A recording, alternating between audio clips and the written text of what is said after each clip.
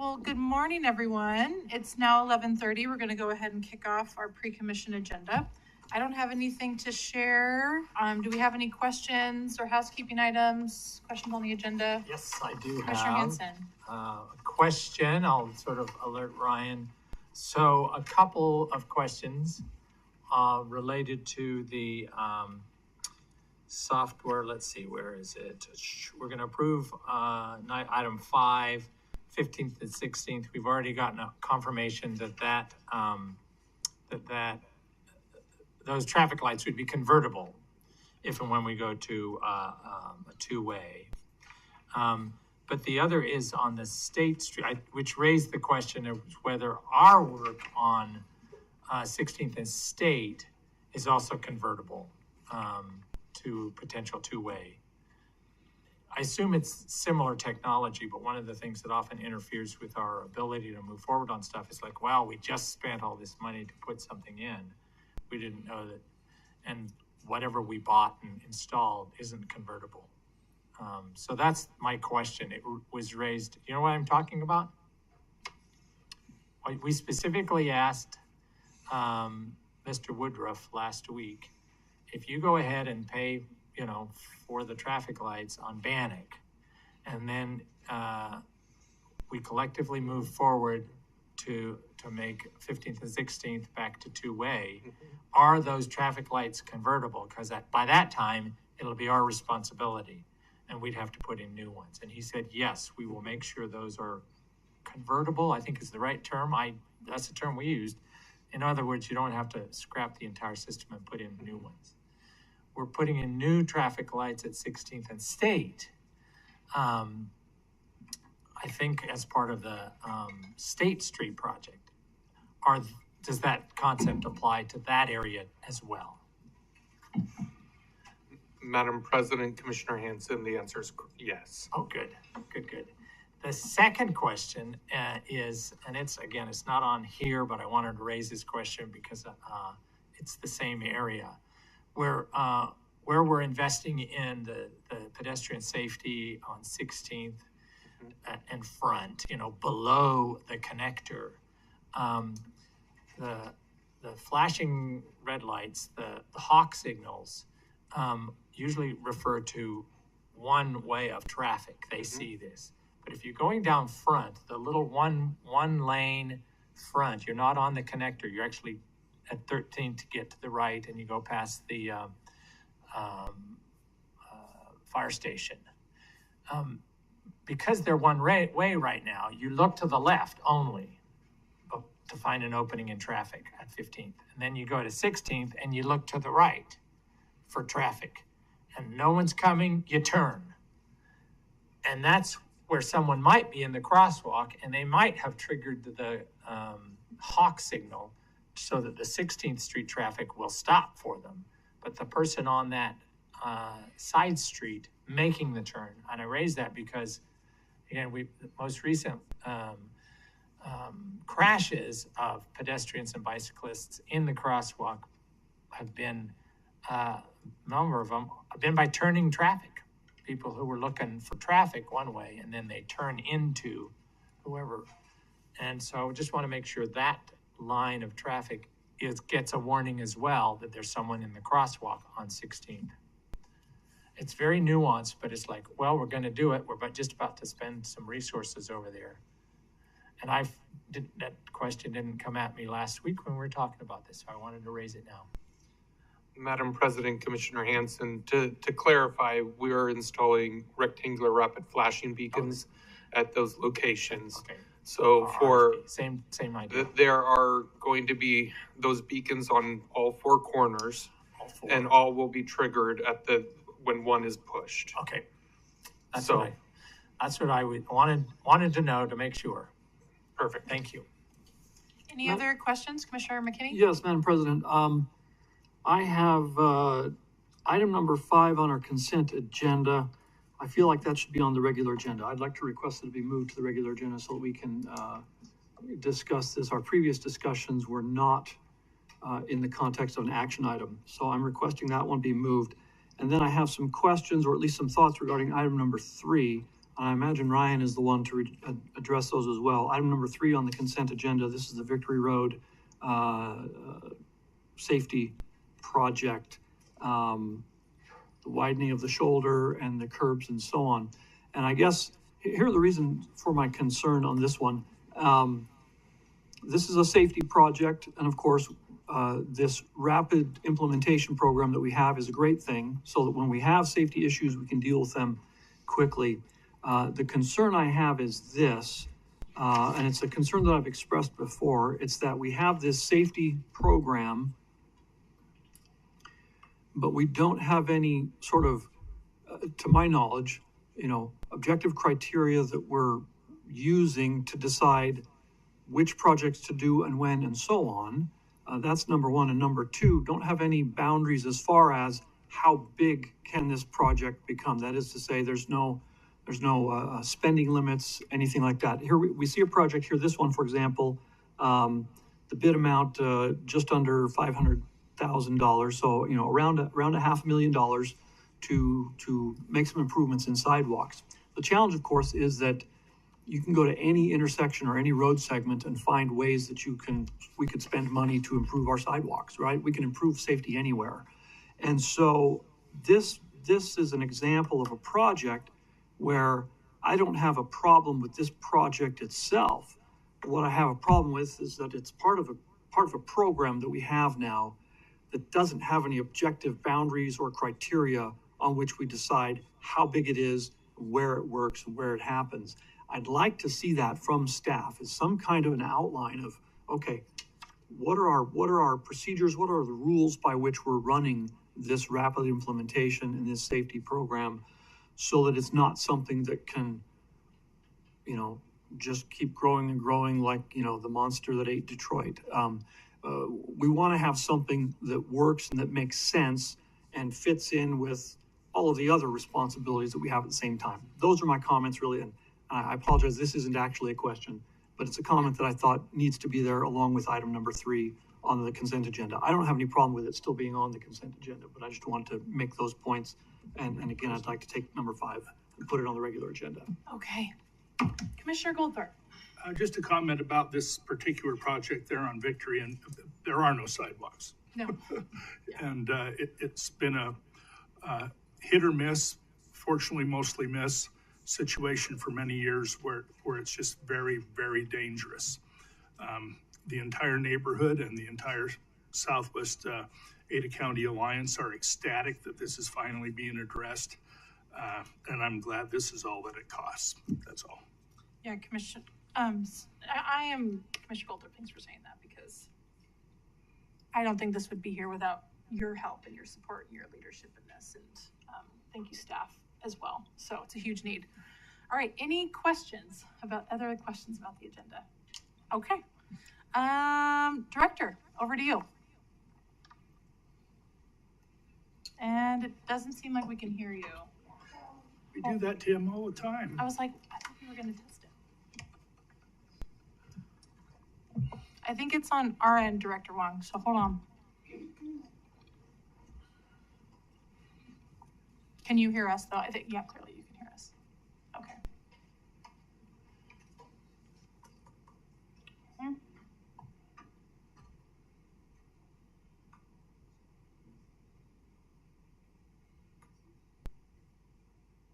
It's so weird, I can hear it out of my computer.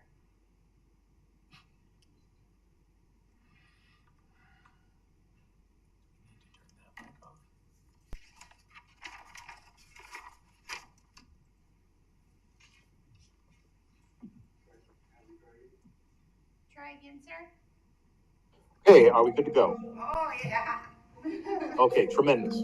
Absolutely tremendous. Well, Madam President, again, good morning. I fully intend to be in front of you in person next Wednesday, come hell or high water, and such. A little bit of a difference on the director's report today. What I'd like to do is have our chief of staff introduce a very important award that we just won. I've asked Jennifer to give you a very brief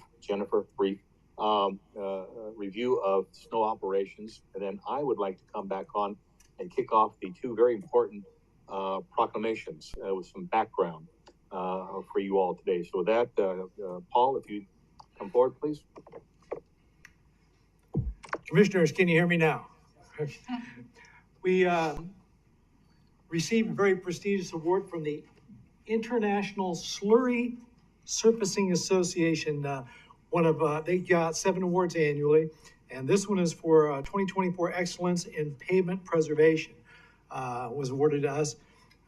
They are one of the premier agencies that promote different kinds of sealants to preserve roads. They thought our chip seal program and our crack seal program were industry leaders, and they recognize us for that. So kudos to Justin and Rick Petroselli for all the work that they do, and to our maintenance crews. Just a fantastic, another fantastic thing for the Ada County Highway District. So we'll put that in our cabinet. Thanks, Paul. Madam President, Oh, Commissioner Goldthorpe. I think that announcement ought to be shared far and wide. We're putting So let something it be- together for let it be done. communications. Oh, A press release is going out today. beautiful. Madam President, Commissioners, thank you for your time today. I'm going to just give you a very brief update on where we are on winter operations for this week. We did bring in crews on Sunday, so we had some roving patrols as we had some scattered snowstorms throughout the area. And then Monday at 2:30 a.m., we hit it pretty hard with the big storm that came through on Monday. And then we started it all again on Tuesday at midnight, and we've just now finished the main operations on the roadways, but work is continuing on the sidewalks and pathways and multi-use pathways and bicycle lanes. So one of the things I wanted to share with you, recently you approved a purchase of a Ventrac mower. And what's interesting about this mower is not only is it extremely capable to help our basins and do the mowing in our basins, we purchased a mower attachment to put on the front end of it. And we deployed that on Monday, and I wanted to show some video of that in action. So this is one more tool in our toolbox to address the pathways and bike lanes.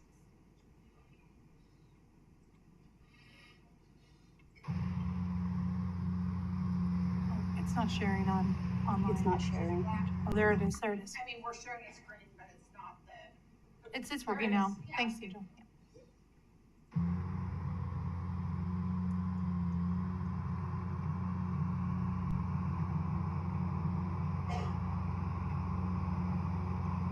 So you'll see on the sidewalk, there's a good amount of snow that it's pushing off to the side. And as it passes, you'll see how well it's done to clear that path on this particular sidewalk.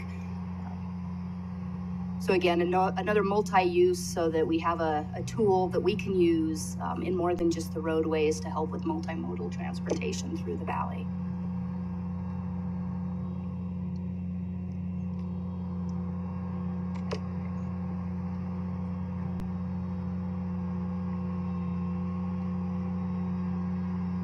And as a reminder, this doesn't require a CDL to drive it. So some of our newest employees can operate it. It's minimal training. So it really does help to just enhance our response to the community. And with that, I'll stand for any questions. Thanks, Jennifer. Questions for staff? I will bet Commissioner Pickering would love to drive it. I'm sure she wants to. She liked the other mini sweeper so much that I'm sure she would want to drive this. Pretty easy to operate, and we'll likely be putting more of these Ventracs and mower attachments or snowplow attachments into our budget in the future. Jennifer, do we know when we're going to get the rest of the mini sweepers that we ordered? All the mini sweepers are in. Oh, We they're have in all now. 3 of them. Okay. Yep. Okay. And all of the winter attachments as well. Perfect. All right. Well, thanks, Jennifer. Thank you. Okay, Jennifer, thank you. Then commissioners, in front of you today on your regular agenda are 2 very important proclamations. As you know, this Friday we are celebrating International Women's Day, and we'll be also celebrating the official proclamation month and such. And I believe the president has both those proclamations in front of her. What I'd like to do is sort of kick off this, just to give you a little background of how great your operation really is. And so I took down a couple notes for some things, and I'd like to share this with you. First off, Women represent 25% of our total workforce. However, of the 25%, women represent 32% of ACHG's leadership, 40% of the executive team, 40% of the elected officers, 47% of our licensed professional engineers, 37% of ACHG supervisory roles, one Idaho legislature, and all recognized by the International WTS Ray LaHood Award for empowering and advancing women. This is an absolute first for Idaho. No one else has been recognized to this level. Commissioners, women now fill senior leadership roles historically held by men, such as finance, maintenance, commuter ride, fleet, capital projects, inspection, stormwater, DTS, communications, construction, plans and programs, and HR, just to name a few here at the district. Women directly are responsible, commissioners, for the added benefits we now enjoy, such as paternity leave, daycare, stipends across the board, directly attributed to women here. And as amazingly so, and as rightly so, the ACHG women have won and earned, which is most important, earned multiple awards for leadership and public service, such as the IBR and WTS's Women of the Year's Award, Compass Leadership, both staff and elected officials, WTS, Rosa Parks and Member of the Year's Awards, ITD, IBR, and WTS Project of the Years, all led by women. And most recently, the IBR's, the Idaho Business Review's inaugural Empowering Women Award of the Year. I believe we are the only government organization that has been recognized as such. And as importantly, commissioners, ACHG's procurement team has equally set ACHG apart as the best of the best. They have successfully led multi-million-dollar projects on bid protocols, all which maintain over 100 of contract agreements and bids. ACHG's procurement team has also been critical in redoing how we do business across the board by incorporating state-of-the-art systems management protocols and migrating this legacy system that we've had for years into something now that is transparent, that provides the leadership immediate review of where all these contracts are, what all the status is for those contracts, and it's done by a tremendous, only 3-person team here at the district for a $223 million operation. And so, commissioners, I thought it was very important to just lay the foundation for the proclamations that you're going to present, and we will be formally celebrating International Women's Day this Friday. So with that, Madam President, that is my director's report. I'll sit for any questions that you may have for me at this time. Thank you, Director. Thank you for all of your work to make that happen. All right, any questions for the Director? All right, well, we'll be at ease until noon. Thank you.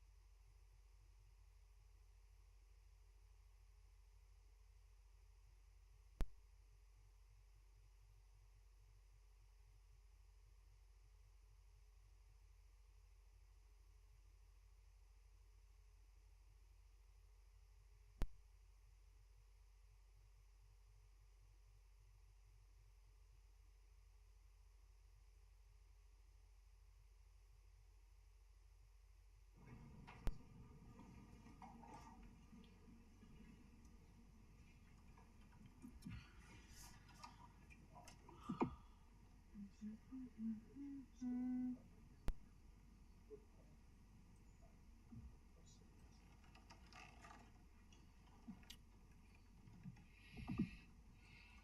right, it's now 12 o'clock. I'm going to go ahead and call the meeting to order. Welcome everyone that's here in person and those joining us online. Please stand and join us for the Pledge of Allegiance. Pledge allegiance to the flag of the United States of America and to the republic for which it stands, one nation, under God, indivisible, with liberty and justice for all. Thank you.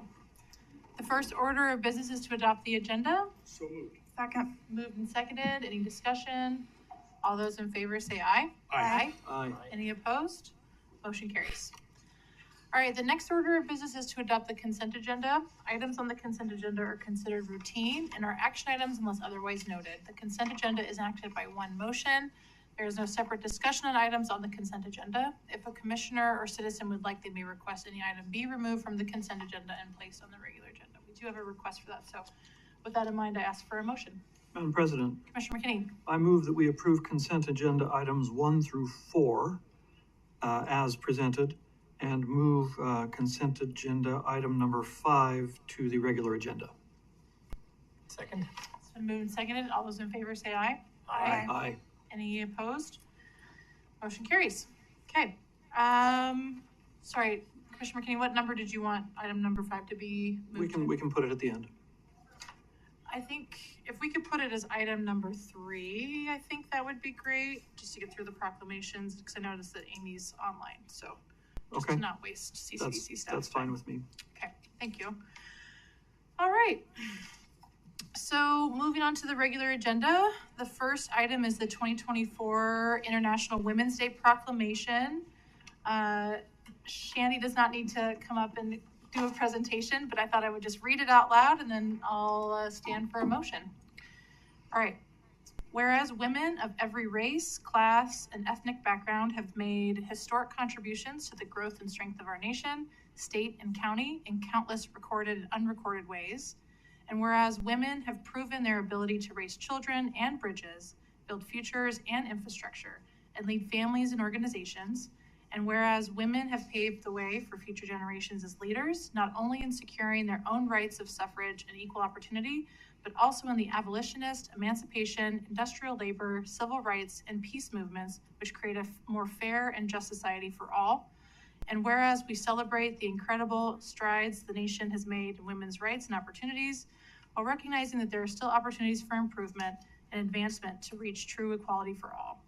And whereas women, be it in the heels or work boots, continue to lead the way at the Ada County Highway District and in the transportation industry.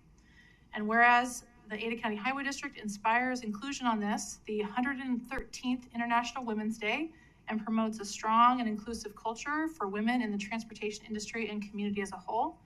And whereas ACHD's commitment to inclusion of women at every level of the organization and those women's dedication has earned the agency and its female leaders accolades and awards such as the WTS Women of the Year, WTS Rosa Parks Diversity Award, IBR Women of the Year, WTS Employer of the Year, and IBR Empowering Women Award. Whereas we continue that commitment as we support our female team leaders through benefits, training, and areas of advancement. Now, therefore, the Ada County Highway District Board of Commissioners proclaims that March is designated as Women's History Month and March 8th, International Women's Day. Commissioners. Great. Madam President, I move to adopt the 2024 International Women's Day Proclamation. Second. So moved, seconded. Any discussion? All those in favor say aye. Aye. Any nays? Thank you all.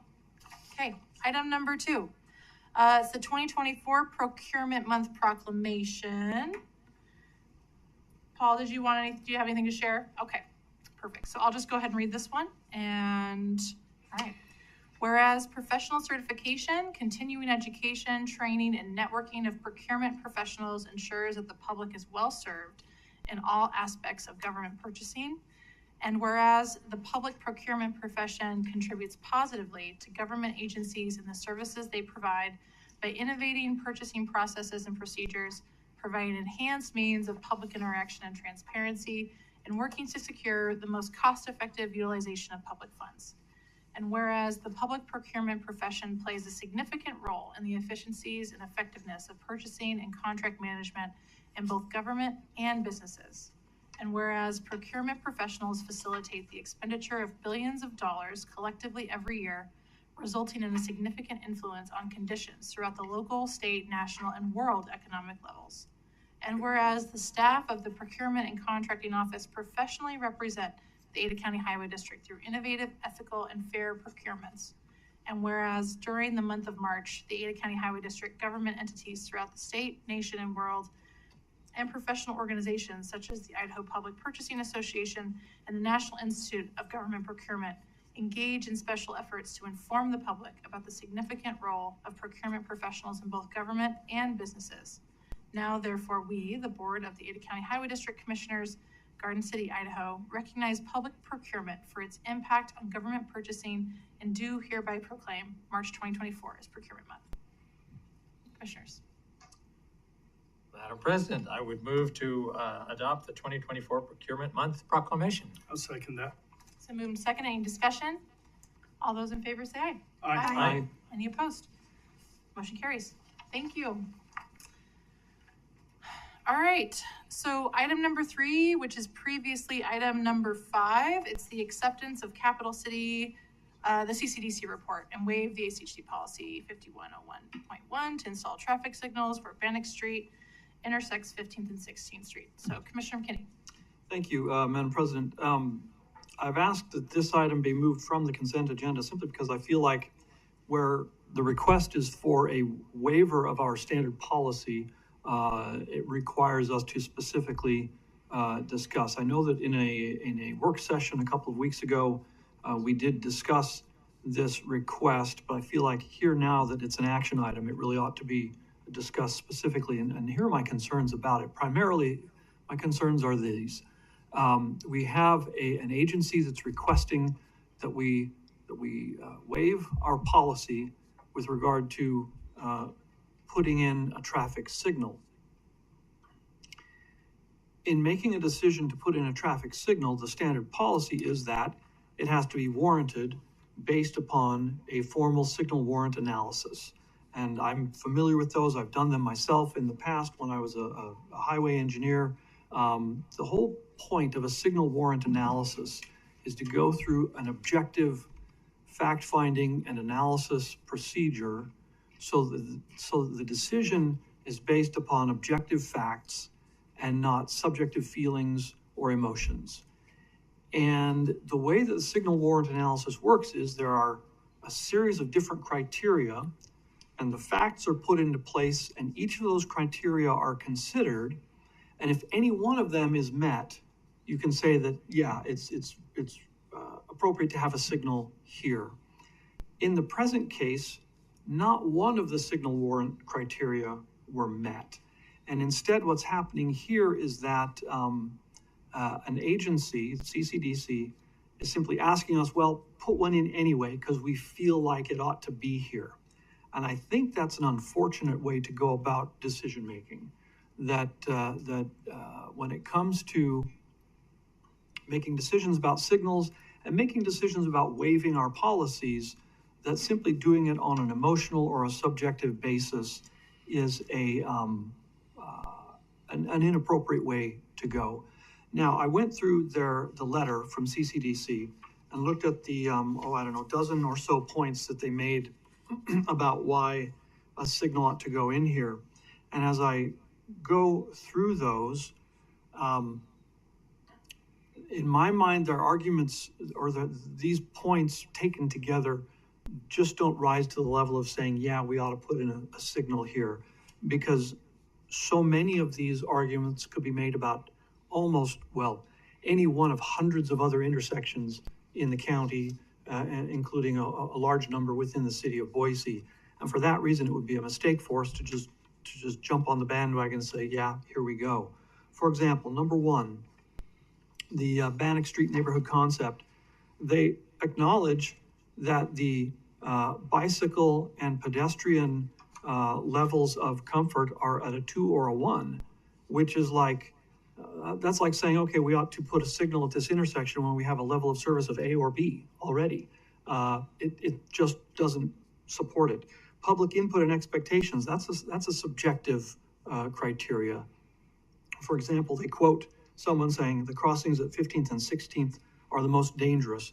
Well, the reality is that every pedestrian crossing of every street carries with it some level of risk or danger. So that kind of subjective basis, if we went on that, again, there would be hundreds of intersections all over the county that we would immediately put signals in. Number 3, it makes it more safe, convenient, and comfortable. Again, that's a subjective thing, and it could be said about any intersection. The density and potential for higher densification and development in that area, that one is, well, when the time comes that it develops and produces more traffic that they're anticipating, then a signal may be warranted. When that day comes, it certainly can be looked at again. Number 5, the intersection warrant analysis. Well, that one we've already discussed, or I've already mentioned. It's simply none of the criteria were met. They look at comparable traffic, and their chart itself in their letter shows that the traffic at this intersection isn't comparable. It's below any of the other adjacent intersections that have signals. The consistent spacing of signals throughout the network, that's more like saying we want a traffic signal in here for traffic calming purposes, which isn't actually an appropriate use of traffic signals.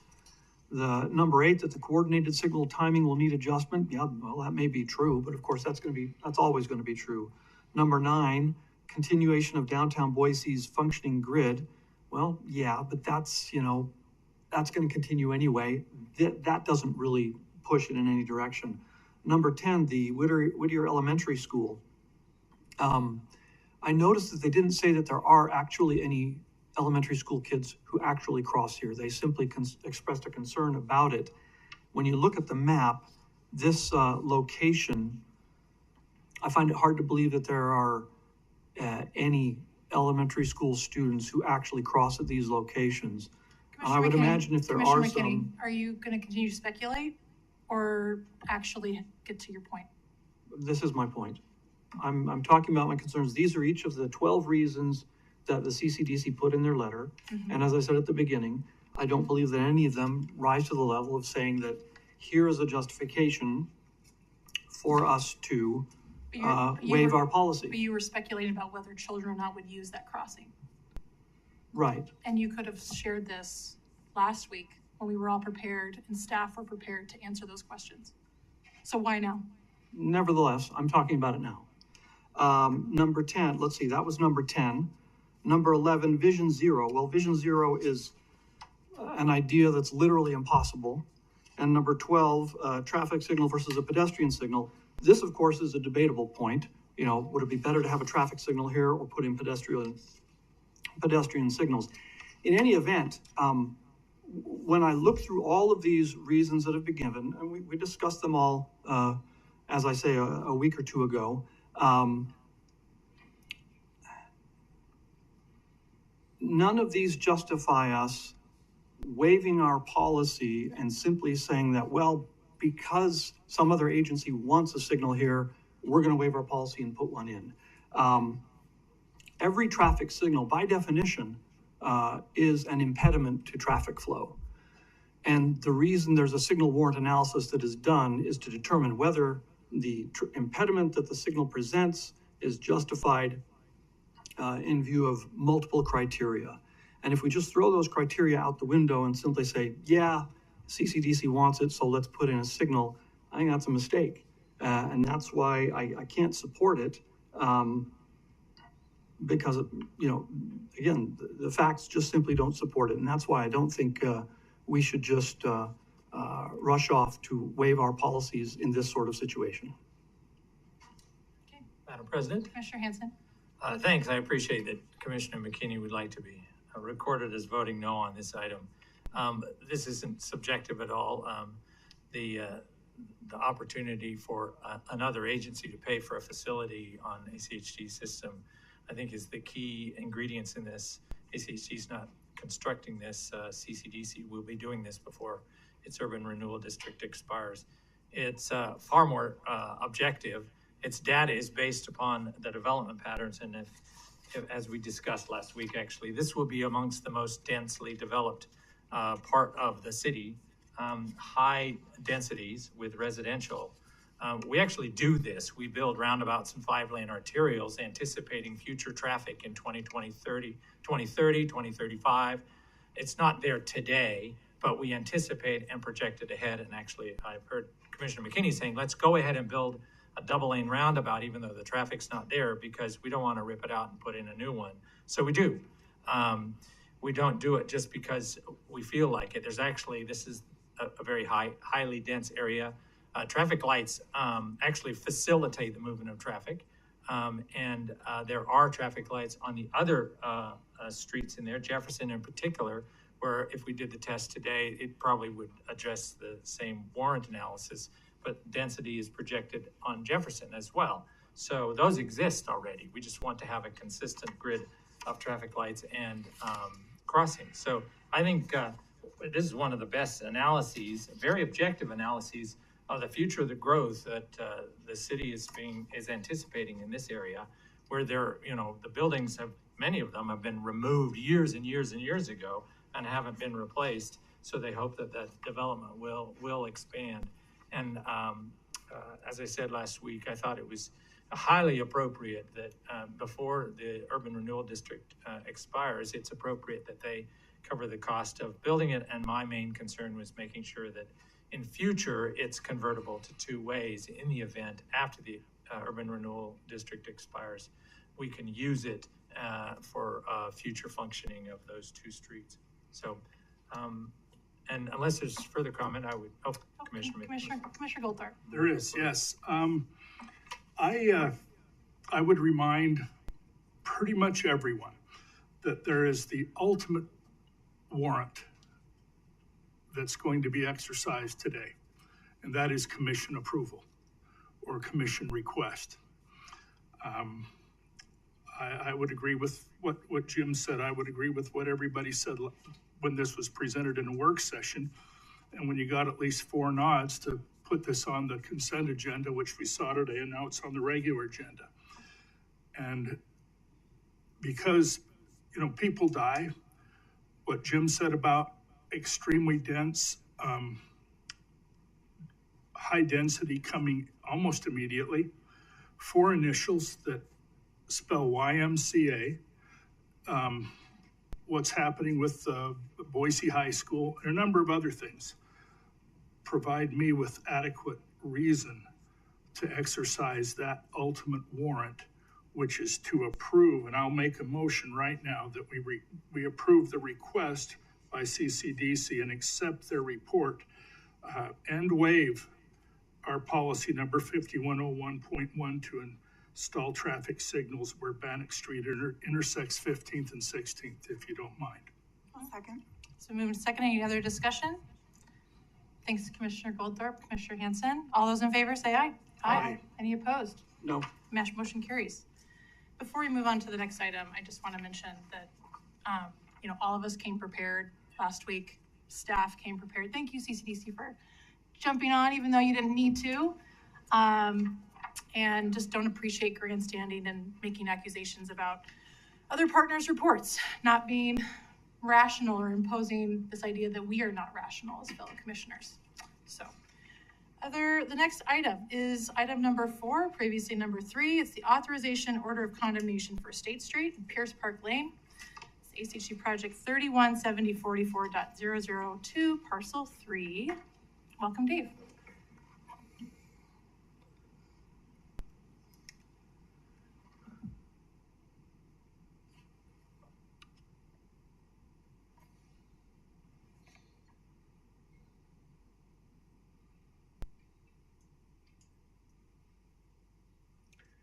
Thank you, Madam President, Commissioners.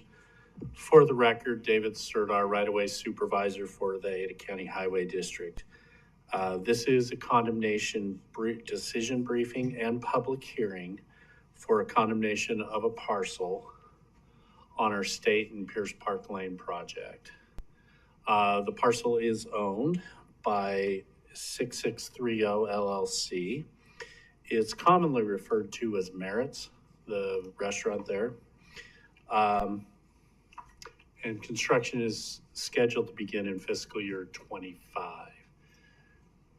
This is the vicinity map of the area. You can see it from a farther distance. The red is a temporary construction easement. The light green is the right-of-way acquisition is approximately 7,575 square feet, and the temporary construction easement is 5,469. This is a site map. To orient you on this parcel, Merritt's is kind of on the left side of this, or the top side, so to speak.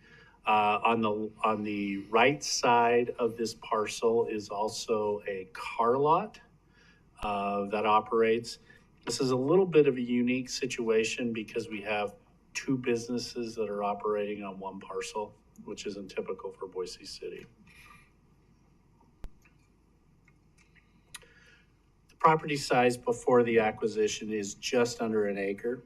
After the acquisition, the property size is 0.82 of an acre, and the property is zoned general commercial. ACHD staff and our consultant initially met with Mr. Merritt in August of 2022. In April of 2023, ACHD sent an offer package to the owner. In May of 2023, Mr. Merritt emailed staff and said that the offer was unacceptable. Since that time, staff has made multiple attempts to negotiate with him over his concerns. On February 13th, 2024, staff emailed out what we call a 10-day letter. Mr. Merritt emailed back stating that the letter, first of all, had been delivered to the wrong address. And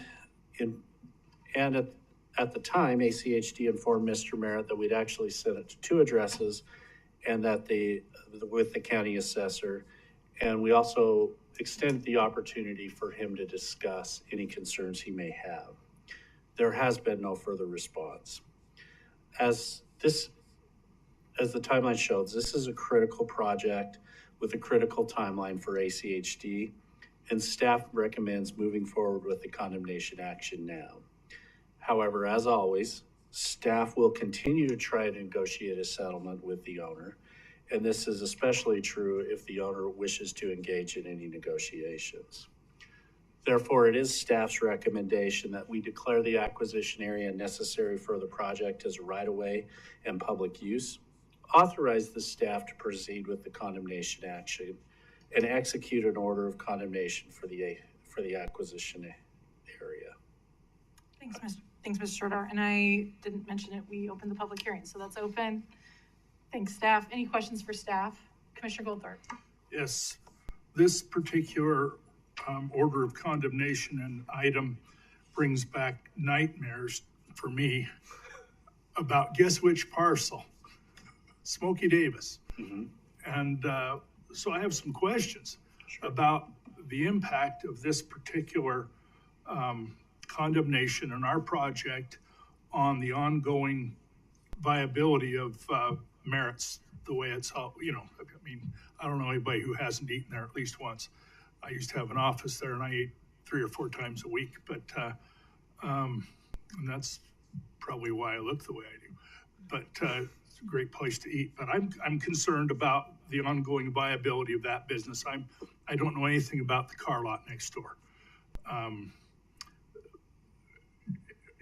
what if anything in our offer has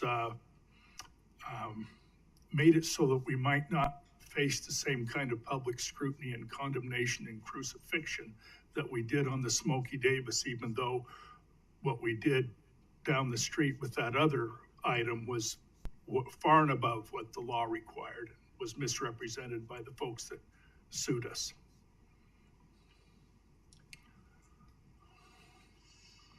Madam President, members of the commission, for the record, Justin Lucas, Deputy Director of Planning and Projects here at the Highway District, and I also oversee ACHD's right-of-way acquisition process. Commissioner, we always make every attempt to negotiate with property owners related to business impacts. Anything that they bring to the table, we carefully consider as part of our negotiation process. So we always make our initial offer based on appraisal and the justification of the appraiser, who is an independent appraiser. Business owners have the opportunity to work with the appraiser and provide information, and we followed all those procedures through this process. In short, we haven't really had any negotiation because the property owner has not been willing to negotiate. So we're at a place now where lacking, it takes two to dance, and lacking a partner, this is the next step in the process.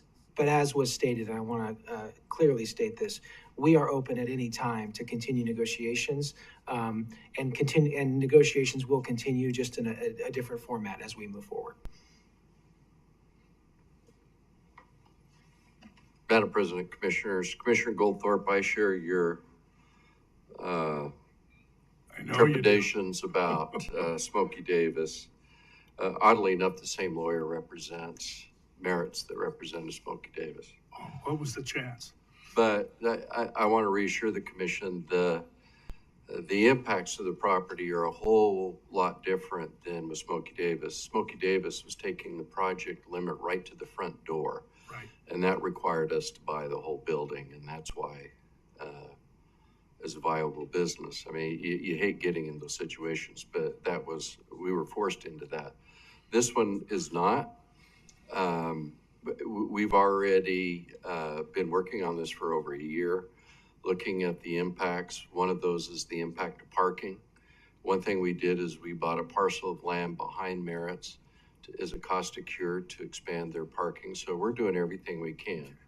But this is not the same as Smokey Davis. The damages are completely different. Okay, thank you. Any other questions for staff? Madam President? Commissioner McKinney. Dave, can I ask a few questions about, let's talk about the numbers for a moment, the costs, the property appraisals, the values, and so on. Sure. Would you, okay. Yeah, run through those for me, would you? Yeah, our offer was approximately $250,000 for this parcel. And that's what the appraised value was. Correct. For this, and that includes both the fee requirement and the temporary easement. Correct. Okay. And then were there any other, our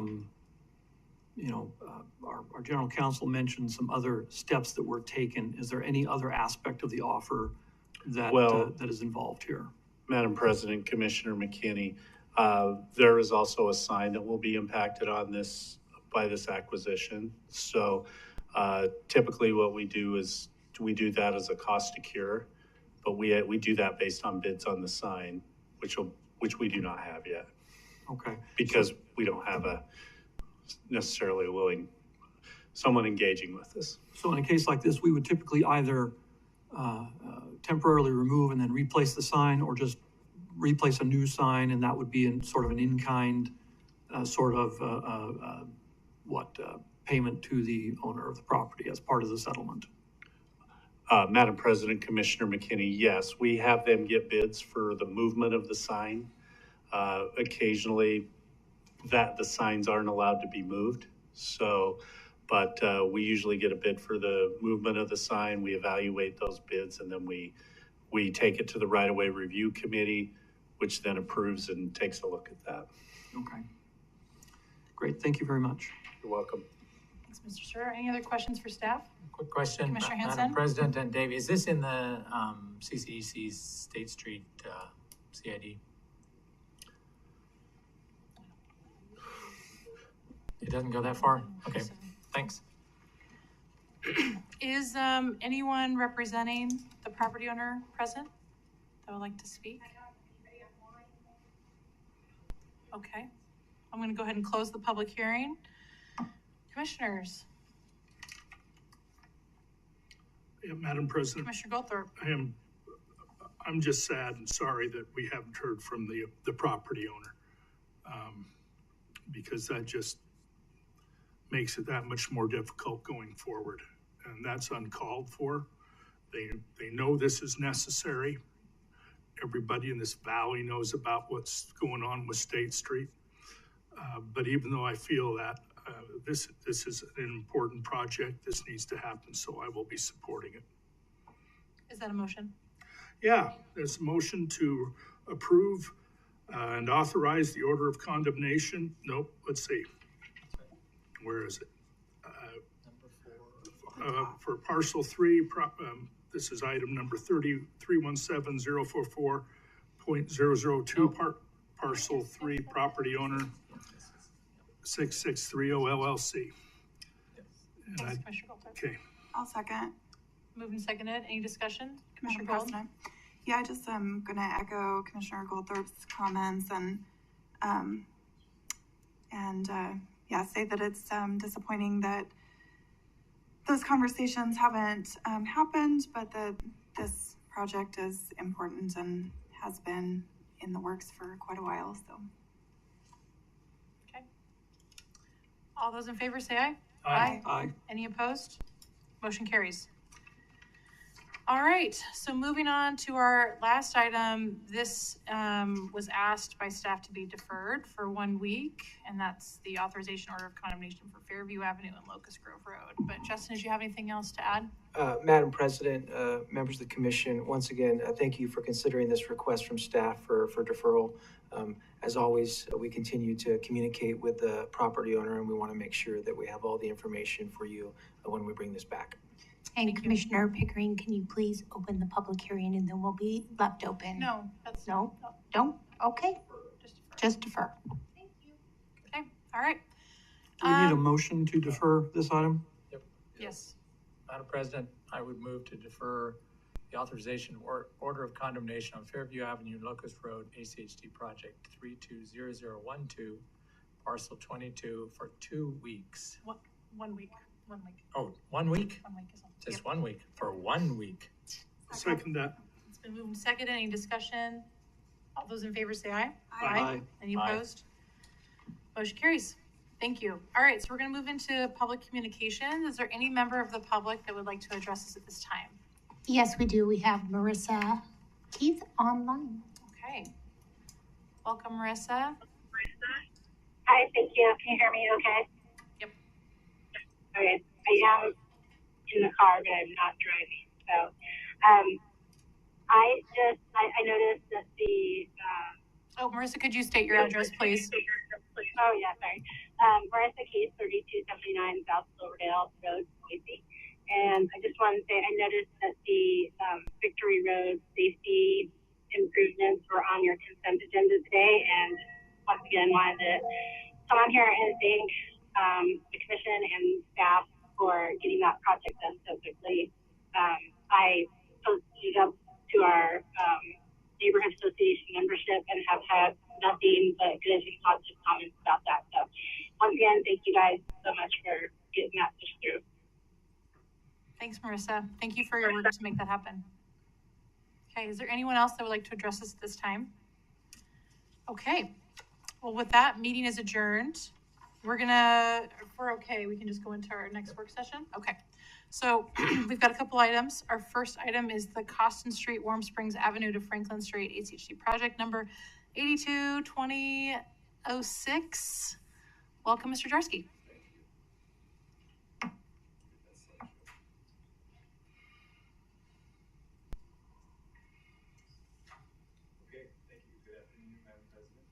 Commissioners, for the record, I am Seth Jarsky, Senior Project Manager in Capital Projects Department. I am here today to present an update on the Costin Street, Warm Springs Ave to Franklin Street project, which will construct sidewalks on both streets or both sides of Costin in the east end of Boise.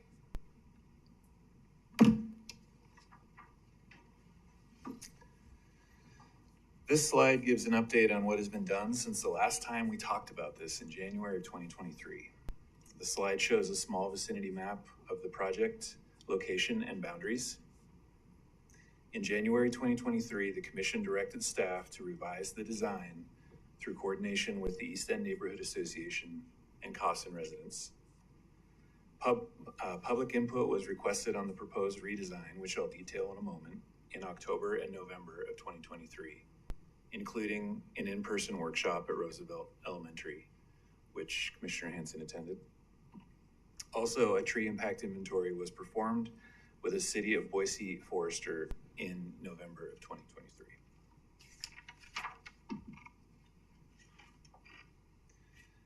This slide describes the two main redesign features, and there are images that show how trees may be preserved where on-street parking is replaced by extended bulb outs, which I will describe in a moment. Feature one of the redesign is to add bulb outs at all intersections on Cawson from Warm Springs to Franklin. Feature two is to replace on-street parking with extended bulb outs, and I'll detail those in a moment as well.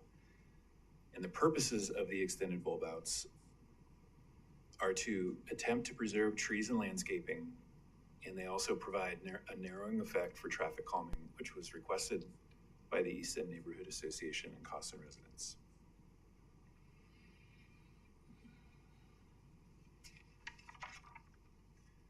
This slide shows an example of bulb outs and extended bulb outs at Jefferson Street, for example. Pointer. Is there a laser? Okay. I think I'm okay. Well, sure, yeah. Okay. There we go. Okay. So what you see across Jefferson is a typical bulb out, which we use now across the county. What you'll see in front of these two residents is what we're calling an extended bulb out, which is where these two property owners, for example, have requested to replace their on-street parking with sidewalk, which actually bulbs out into the street and replaces the parking in this location. So I wanted to draw attention to this, what we're calling an extended bulb out. And I'll talk more about that in a moment. Okay, so what was presented to the public during PIM2 were two alternatives, and I want to be clear that both concepts meet ACHD LTS 1, and they're both ADA compliant, so there's no difference there. It's a subtle difference. Oh, I need to start and make sure that I read what's on the slide, sorry. This slide shows images of the two options the public was presented with during the PIM2 process. They show a subtle difference in how the sidewalk only in front of the parcels who requested extended bulb outs instead of on-street parking are aligned. Either detached, which is this area here shown by the yellow arrows. This is concept 1, or attached, which is concept 2, and that's a very subtle difference. Grass here, no grass here. It's because the sidewalk parallels and is attached to the back of curb. So again, both concepts meet our LTS level 1. The pros of concept 1 include increased separation from vehicles for pedestrians. The pros of concept 2 include less impacts to trees and landscaping. And it's my estimation that concept 2 saves 3 trees.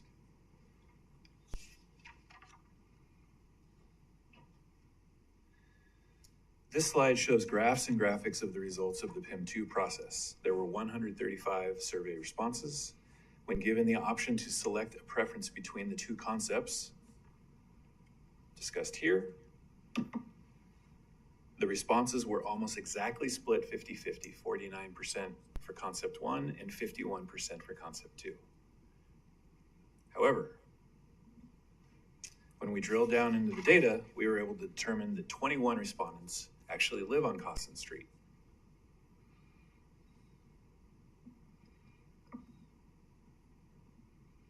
So those who lived on Cawson Street. This slide shows a pie chart of how the 21 Cawson residents voted between concept 1 and 2. Almost 91% of those 21, 19, voted or preferred concept 2, which is the attached sidewalk. Therefore, on March 27th, staff will recommend that we proceed with design of concept 2, and you will have an opportunity to adopt that concept at that time.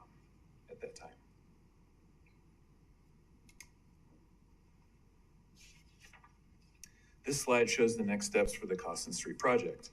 On March 27th, the commission can adopt a concept. I would like to finalize design this fiscal year in 24, and right-of-way acquisition as necessary is programmed to occur in fiscal year 25. Construction does not currently have a programmed fiscal year. Thank you, Seth. I do have a question. So what about the rest of the project? Is everything just one design and concept, and when would that be coming to us?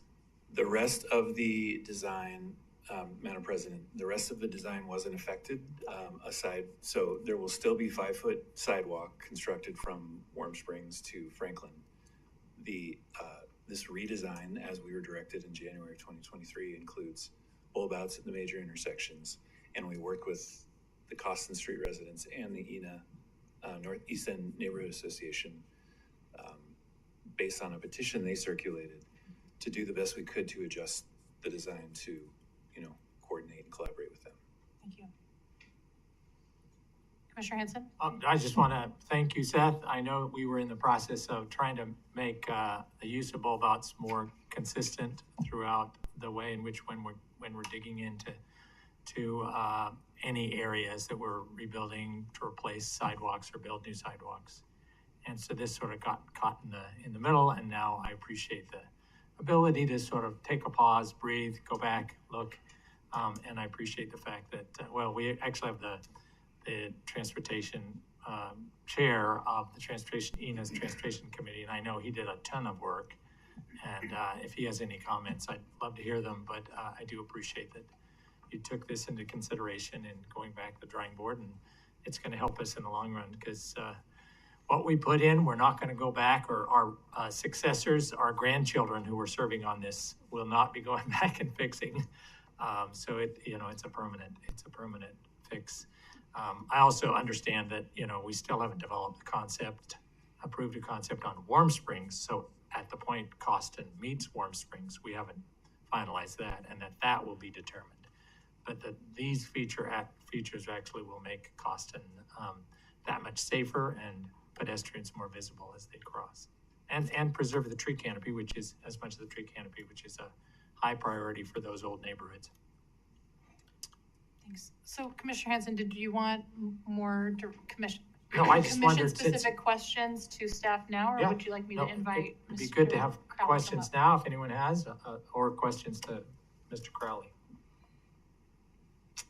So you didn't give me any direction, Commissioner Hanson. If there are questions, okay, let's go for it. Commissioner McKinney. Seth, 2 questions. Number 1, remind me again, between option 1 and option 2 that you showed us, which one saves more trees? You said it was a difference of 3 trees, but which one, was it option 2 that saved more trees with the attached sidewalk? Madam President, Commissioner McKinney, concept 2 saves 3 additional trees. Okay, and the residents of Costin Street overwhelmingly said, yeah, we like option 2 better. Is there a cost difference between going these 2 different ways? Is there any significant cost difference between having the detached sidewalk versus the attached sidewalk? In short, not significant, no. Okay. No. Any other questions for staff? Commissioner Goldthorpe? Just a comment. Thank you for coming back with exactly what we asked. Yeah. Thanks, Seth. Mr. Crowley, do you mind coming up and just speaking to the neighborhood's position and any other insights that you might want to share? Madam President, Commissioners, John Crowley, I represent the Transportation Committee of the East End Neighborhood Association, and just came here today to thank Seth and the staff for their work. They had a lot on their plate. Just in sort of the more recent times, he's had to deal with a lot of different opinions and ideas. There are some neighbors at this point, this has been quite a process, who are anxious to get it going, a little impatient about it, and there are some others who are worried about bulb outs and the size of their vehicles and that sort of thing. But obviously, the design will meet emergency vehicle and bus access, which is more than enough for all drivers. The committee very much favors the concept 2 that he talks about. And then as well, I think Commissioner Hansen said it, over time, if we're talking the next time this will be revisited a century or 2 from now, right? All these future people we will never meet will thank us very much for having safety as a priority in our neighborhood. So, thank you. Thank you, Mr. Crowley. Okay, so Seth, are you looking for some direction on which concept we're inclined to support, or is that just really, these are the options and you'll come back to us at another time? Madam President, I believe the intention today is to present the results of the PIM, and we have it on the schedule to return to you on March 27th for a direction. That sounds great. So I'm inclined to Commissioner support the neighborhood's priority, which is concept 2. Sounds good. All right. Well, with that, that's it for today. We're gonna go in the back for our executive session. We'll see everyone next week. Thank you.